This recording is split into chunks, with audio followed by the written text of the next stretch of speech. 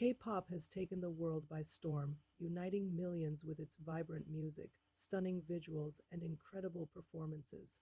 For so many, it's a source of joy, connection, and pure creativity. But for many Black fans, loving K-pop is a complicated experience. Beneath the dazzling surface, there is a persistent and troubling pattern. The appropriation of Black culture for aesthetic and commercial gain, often without respect or acknowledgement. Today, we're going to dive deep into this complex issue. We'll explore the history of how Black culture became so intertwined with K-pop, the impact this has on Black communities and fans, and what a path toward genuine cultural appreciation might look like for the industry. First, let's be clear about what we're talking about. Appreciation is when you honor and respect another culture. It involves learning, giving credit, and engaging with it in a meaningful way. What's the difference between cultural appreciation and cultural appropriation? Appropriation, on the other hand, is taking elements from a culture, usually a marginalized one, without understanding or acknowledging their significance. It often happens when a dominant group borrows from a minority group, stripping cultural elements of their original context and reducing them to a trend or an aesthetic to understand. The situation in K-pop, we need to go back to its roots in the 1990s. The genre was born from a mix of traditional Korean music and Western pop influences. Very quickly, hip-hop and R&B genres created by and deeply rooted in the African American experience became foundational to K-pop's sound and style. You see it everywhere, idols rapping, wearing streetwear inspired by hip-hop fashion, and performing dance moves that originated in Black communities. These elements undoubtedly helped K-pop achieve its massive global appeal, but it also opened the door to a lot of problematic borrowing. The history of Black appropriation in K-pop isn't a new issue. It goes back to the very beginning. For instance, in the early days of modern K-pop, J.Y. Park, the founder of JYP Entertainment, one of the biggest companies in the industry, performed in blackface.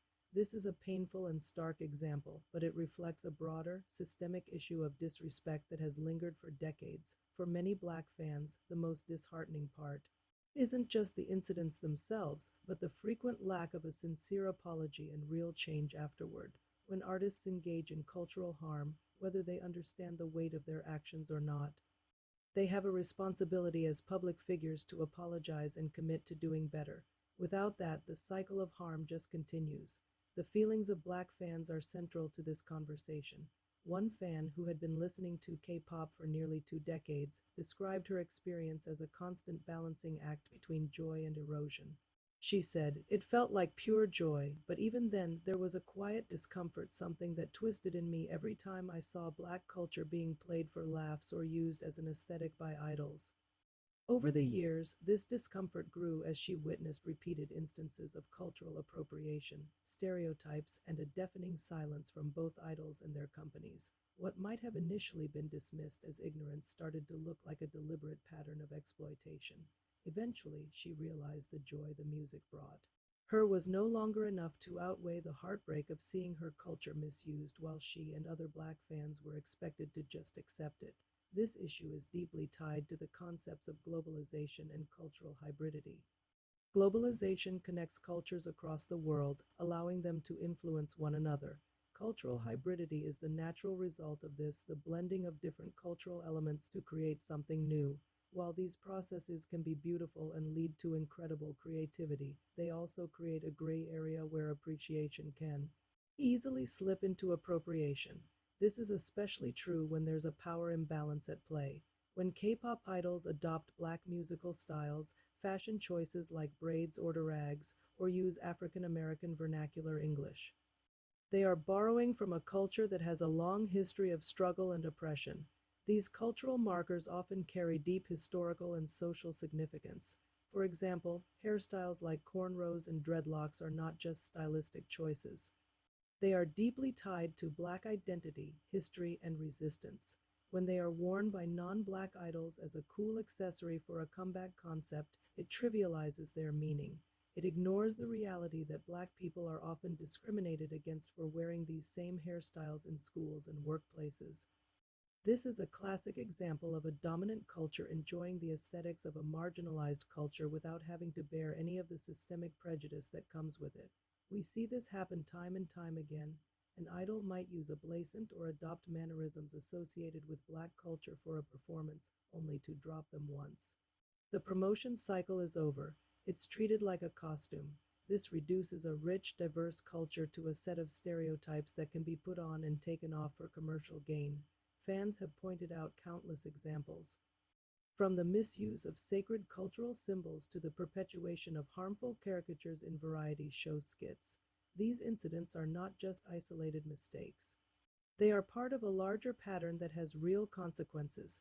They reinforce harmful stereotypes and alienate the very fans who feel a deep connection to both their own culture and the K-pop music they love. The music industry itself is a huge part of the problem. K-pop companies often operate with a whatever sells mentality, and right now, the global market loves the aesthetics of black culture. Producers and creative directors are often the ones making these decisions, pushing concepts onto idols who may be young and have limited creative control or cultural awareness. However, this doesn't absolve the artists of responsibility, especially as they become more established. They are public figures with immense influence. Many fans argue that it is their duty to educate themselves on the cultures they are borrowing from. So, what's the solution? How can the K-pop industry move from appropriation to genuine appreciation? It starts with education and accountability.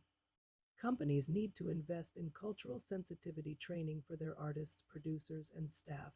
They need to hire cultural consultants, especially when they plan to incorporate elements from other cultures into their concepts. This isn't about censorship or limiting creativity. It's about fostering a creative environment built on respect. Artists can also take the lead. They can use their platforms to give credit where it's due. When they're inspired by a black artist or a specific style of dance, they can say so. Acknowledgement is a powerful first step.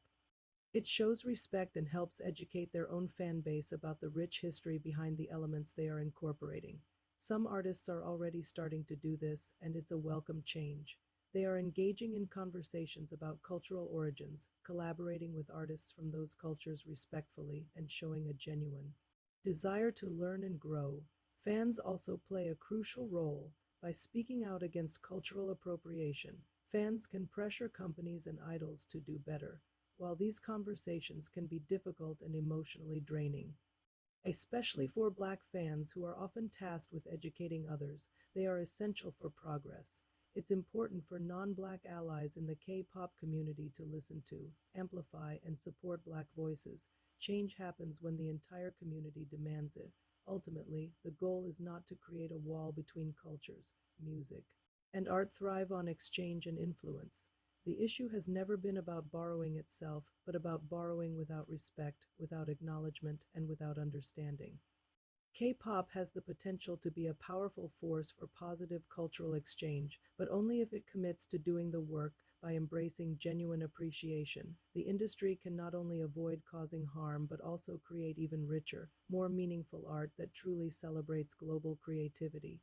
It is about moving forward in a way that ensures the joy of K-pop doesn't come at the expense of black culture and its people. Let's continue this important conversation. What are your thoughts on this topic? Share them respectfully in the comments below. Thanks for watching, and if you found this video insightful, please like, share, and subscribe for more discussions like this.